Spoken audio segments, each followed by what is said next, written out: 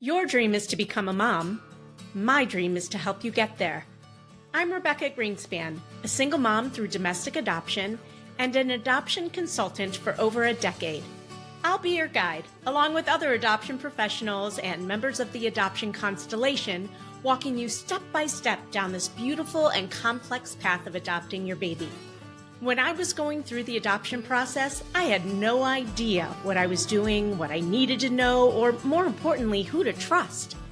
Well, after helping hundreds and hundreds of families grow through the beauty and complexity of adoption, I've learned more than a thing or two, and let me tell you, it's not always rainbows and butterflies. This isn't just another podcast sharing adoption stories, but it's for you if you're genuinely committed to diving in with an open heart, eager to learn everything there is to know about adopting a baby so that you can show up for yourself and your child in the best way possible.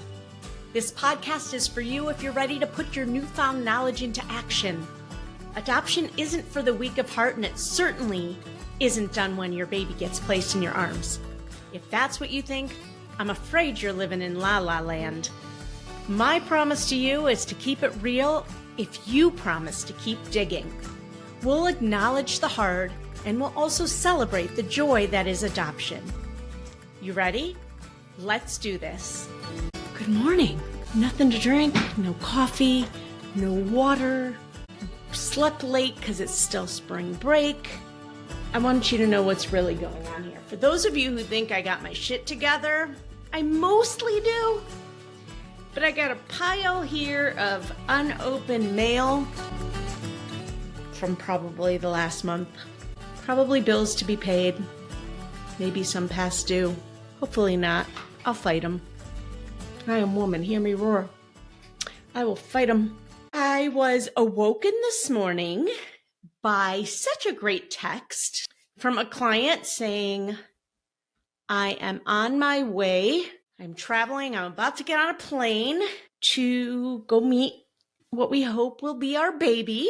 We matched. And what should we write in a letter to the mama?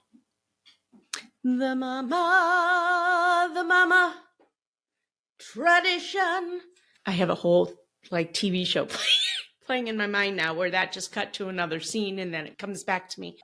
So we have our clients, or we suggest that it's a really nice thing to do to write a letter to the birth mom as you are sitting in all of your feels. And it's not to be given to her until after she signs, but just about what this moment means to you, how you're feeling about her, how you're feeling about becoming a mom to her baby, the weight of that, what your promises are to her in your family, and what your promises are to your baby. And so she was asking me about that. And I just said, it just needs to come from the heart. It needs to be vulnerable. Just write to her what you are feeling in this moment, because it's a big moment for everybody involved, for all three sides. It's a big moment. So write about what the weight of that means to you. So there's that. Had my photo shoot last week and it went really well. It was a lot of fun. And it was with a new photographer that I've never worked with, that I literally just went online, found a photographer and liked her website and said, okay, this is the one. I'm trying to make things easy. My son is going to be having his bar mitzvah in September, going to become a bar mitzvah, and that's a whole family thing. And so we're in the midst of planning for that. And yesterday we went to a Mexican restaurant to a guy the owner of the restaurant is going to cater the whole thing. So it's going to be a Mexican fiesta meets baseball to kind of represent all of who he is. And I'm really excited because my hope is his entire birth family and siblings will be coming in. So that will be really, really special. And I just want to talk about that a little bit. I was on an event, the On Your Feet Foundation sponsored. They are a wonderful organization in Evanston, Illinois, where I used to live, and they support birth moms in, I don't know if it's just post-adoption or anywhere they are in their journey, probably anywhere they are. But they had Gretchen Sisson speak. She is an author, a researcher, and she just released her book, Relinquished. I have not read it yet. I will. I'm sure some agencies are up in arms about it. Gretchen interviewed 8,000 birth moms about their experience having relinquished their babies. I think it was between 2010 and 2020. I think she interviewed in 2010 and then 10 years later interviewed again to see what their feelings were. They were pretty much all struggling. Very, very few were not. One of the things she said is that one of the struggles was that they saw their children struggling with their identity. Another one was that they are struggling to see how the parents that they chose are raising their child. That may be very different from what their hope and dream was for them. And some of their thoughts were, and I thought this was really profound, is what is the point of my grief and separation from my child if I'm watching my child struggle too? That's really, just think about that.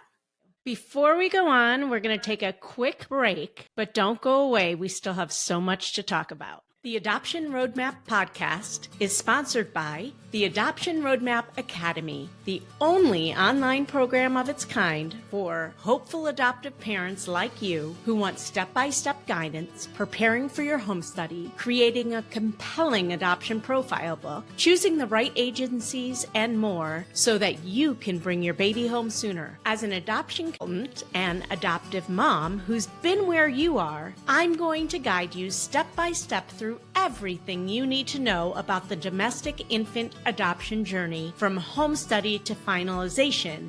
And the great part is you get to do it at your own pace with a supportive community behind you. The Adoption Roadmap Academy is a step-by-step guide to domestic infant adoption for hopeful individuals and families who are sick and tired of waiting forever. It's the first and only self-paced adoption consultant-led program that shows you exactly how to navigate the domestic adoption process from home study to finalization. With our proven 4-step adoption roadmap model, you're going to be able to save time you can't make up, hours and weeks and even months of tedious legwork and research are done for you. You're going to be able to go at your own pace. No matter what else is going on in life, nobody's going to be breathing down your throat. You are going to be able to gain and keep momentum because everything is going to be spoon-fed for you in exactly the way you need. You are going to possibly even save money by knowing how to vet situations and working with the right agencies. It could save you a lot of heartache. You are going to be able to access this course anytime, anywhere, and get expert guidance and support, not only by me, but also by an amazing community who know exactly what you are walking through. Here's what you can expect inside. You'll be getting streaming videos, worksheets, bonus resources, an adoption profile creation, agency contacts, live streams to connect with other people, and unending education, all using our 4-step proprietary adoption roadmap model. Plus, you'll be receiving a bonus mindset step that I highly recommend for everyone. So if you're interested in starting your adoption journey and ready to fast forward and simplify your domestic adoption process, please email the word academy to support@rgadoptionconsulting.com today, and we'll get you started. One of the problems was that the openness that they thought that they were going to have didn't happen or wasn't followed through with. So as I am, and openness takes time, I think, on all ends, right? It's a relationship and you are building this relationship. And I think when I started, I had some fears and I knew how important it was to my child, for the birth mom, for me too. That wasn't as important to me as what I was doing for my child. And in turn, it became, what am I doing for my family, for me, for them who are an extension of my family, which I very much feel right now. Now, I also understand that every person is different. Every situation is different. So it's hard to say when you don't know what you are stepping into. I have a beautiful relationship with our whole extended family, meaning my son's biological family, his first family. That took time. It took effort. It took losing each other for a while and finding each other again, which also helped in the growth of the openness. It actually made I think both of our hearts burst a little bit more when we found each other again, and how happy we were for that. And after that, we've never left each other, and it's only grown. We had our first visit.